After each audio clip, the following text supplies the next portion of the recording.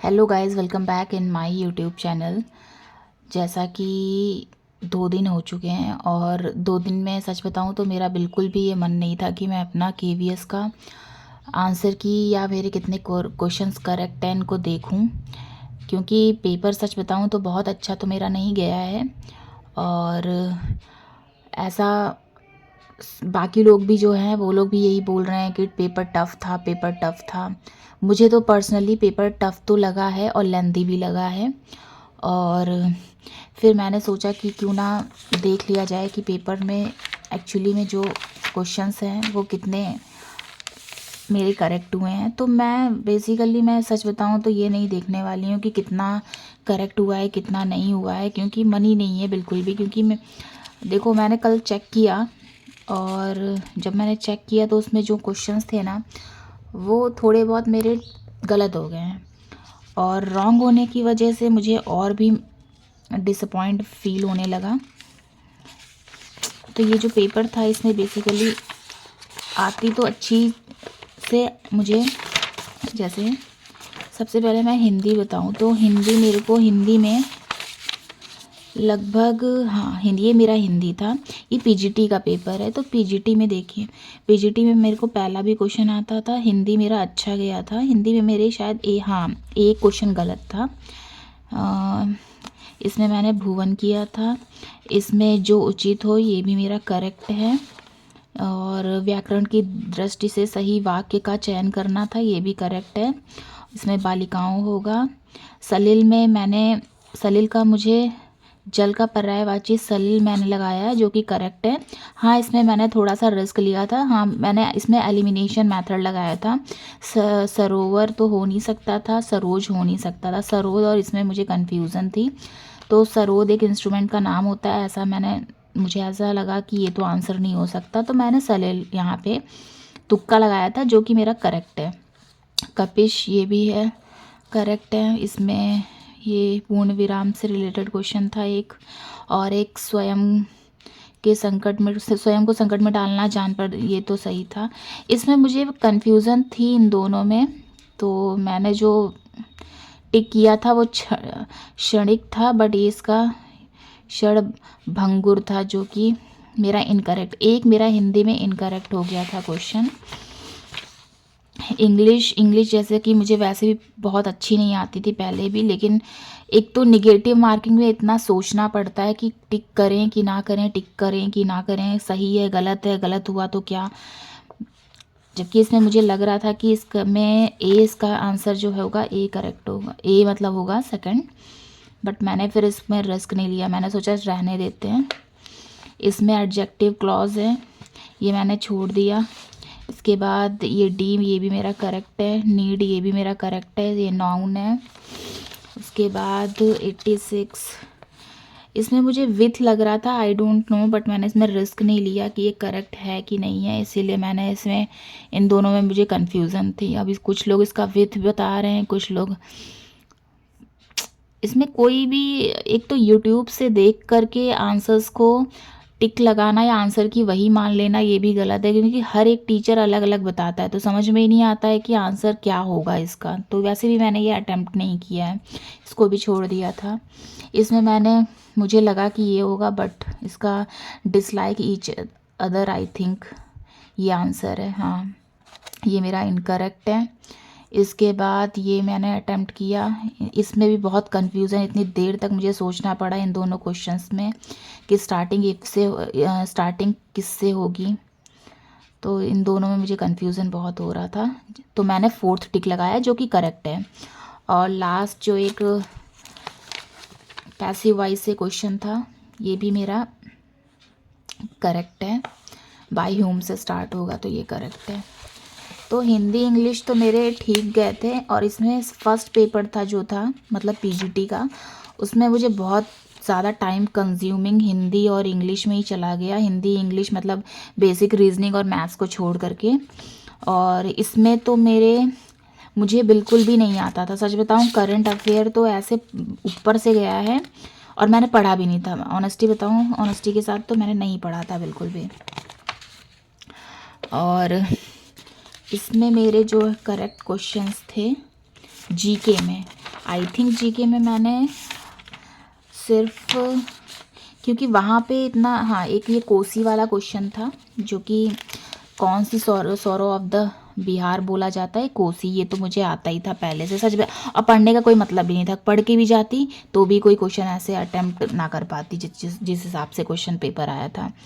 और एक मैंने इसमें मुझे लगा 70 में थोड़ा, इसमें मैंने, ये भी मेरा करेक्ट नहीं है, रॉन्ग हो चुका है क्वेश्चन, क्योंकि मुझे लगा कि इन फ्रीडम ऑफ स्पीच भी सबको ही होती होगी, एक्सप्रेशन और लाइफ, तो इसका पहला सेकंड बी आंसर करेक्ट है सिर्फ, बट मेरा ये इनकरेक्ट हो गया क्योंकि मैंने ए और बी ये दोनों मुझे लगे करेक्ट है। तो मैंने फोर्थ मतलब ऑप्शन पे टिक लगाया है जो कि गलत है। एक दो क्वेश्चन किए हैं जीके में, वो भी इनकरेक्ट हो गए। और उसके बाद हाँ एक क्वेश्चन ये भी केमिस्ट्री से था, बट मुझे नहीं आ रहा था क्योंकि मैं रिस्क भी नहीं लेना चाहती थी। एक तो इतने अजीब अजीब क्वेश्चंस थे। अब ये देखिए, द बैटल ऑफ अलबोई मैंने कभी सुना ही नहीं है, कितना अंदर पूछा हुआ है इसमें अलबोई। अगर मैंने हिस्ट्री, ऐसा नहीं है कि पढ़ी नहीं थी, जो पढ़ी भी थी वो आई ही नहीं है। और हाँ एक ये क्वेश्चन था जिसमें 1857 के जब रिवॉल्ट हुआ था उसमें बहादुर शाह जफ़र को कहाँ पे भेज दिया गया था। अब ये क्वेश्चन मैंने कभी ना कभी पढ़ा है, मुझे याद है, बट प्रॉब्लम ये थी कि मुझे इन दोनों क्वेश्चन सेकंड और थर्ड में मुझे था कन्फ्यूज़न, ये भी लग रहा है ये भी लग रहा है, मैं टिक लगाऊं कि ना लगाऊं यही नहीं समझ में आ रहा था। इसका हालांकि रंगून में भेजा गया था, बट मुझे इन दोनों में कन्फ्यूज़न था, मैंने छोड़ दिया था, ये क्वेश्चन ही छोड़ गया। एक तो 2 ही 3 क्वेश्चन मैंने किए, वो भी इसमें तो कुछ भी नहीं किया। इसके बाद बताओ, दिमाग मेरा 79, ये भी क्वेश्चन नहीं आ पाया। एक तो स्केलर क्वांटिटी ये क्या होता है, टेम्परेचर था, ये तो आता था। 2-3 ही क्वेश्चन अटेम्प्ट किए, बिल्कुल भी माइंड मेरा, एक तो इतना लेंदी पेपर। उसके हाँ कंप्यूटर तो मैं बोलूँगी कि कंप्यूटर तो काफ़ी अच्छा था, और ये टीजीटी और पीजीटी दोनों में ही इजी दे रखा था। इसमें कंप्यूटर में मुझे इसमें एक कन्फ्यूज़न था, एक सर्च इंजन में और एक ब्राउज़र में, बट मैंने सर्च इंजन टिक लगाया, रॉन्ग हो गया। पता नहीं मैं जो भी टिक, और मेरी इतनी बेवकूफ़ी, मैं क्या ही मतलब एग्ज़ाम टाइम पे क्या हो जाता है, जबकि मुझे पता है कि ये जो MS एक्सेल, मैं एक्स्ट्रा माइंड लगा देती हूँ वहाँ पे। MS एक्सेल की जो डिफ़ॉल्ट फाइल होती है उसका ये होता है, मैंने टिक भी लगाया कि पहले मैं ये लगाती, फिर मेरे माइंड में आया कि टीचर ने कुछ और भी बोला था, तो ODS हो सकता है इसका आंसर, ये लगा के आ गई, जो कि रॉन्ग हो चुका है। उसके बाद नेक्स्ट मेरे ये सारे करेक्ट थे। उसके बाद 51 क्वेश्चन, 51 पता नहीं कहाँ माइंड था मेरा, जबकि पता है एग्ज़ाम हॉल से निकलने के बाद मुझे याद आया कि ये आंसर होगा। MS पेंट ये सब तो एप्लीकेशन है, इन दोनों में कन्फ्यूज़न हो रही थी, यही पहले टिक लगा दिया कि ये नहीं होगा आंसर, जबकि यही आंसर है, ये भी इनकरेक्ट हो गया। बाकी कंप्यूटर मेरी अच्छी थी, कंप्यूटर में मुझे सारे क्वेश्चंस आते थे, 2-3 क्वेश्चंस थे जो कि मैंने रिस्क लिया और वही गलत भी हो चुके हैं वहाँ पे। ये क्वेश्चन में इतना टाइम लगा है कि सोचा कि करते हैं, और करने के बाद एटलीस्ट 5 मिनट्स भी लेगा क्वेश्चन तो आंसर्स तो आ जाएगा, बट नहीं, कोई आंसर नहीं आया इसका, और मैंने नहीं किया। उसके बाद ये मेरा करेक्ट है, ये भी करेक्ट है। उसके बाद ये भी करेक्ट है, ये क्वेश्चन पता नहीं इतना, फिर उसके बाद मेरा टाइम इतना कंज्यूम हो चुका था बाकी क्वेश्चंस करने में रीजनिंग के, कि मैं मैथ्स में जब मैंने टाइम देखा तो सिर्फ आधे घंटे बाकी थे, और जब वो देखा तो उसमें भी 2-3 क्वेश्चन मेरे रीजनिंग के भी अभी बाकी थे, तो मेरा प्रेशर में क्वेश्चंस हो ही नहीं पा रहे थे, जबकि मैथ्स मुझे आती है उसके बावजूद। और मैथ्स तो ऐसी आई थी कि ये देखो मैंने टच ही नहीं किया।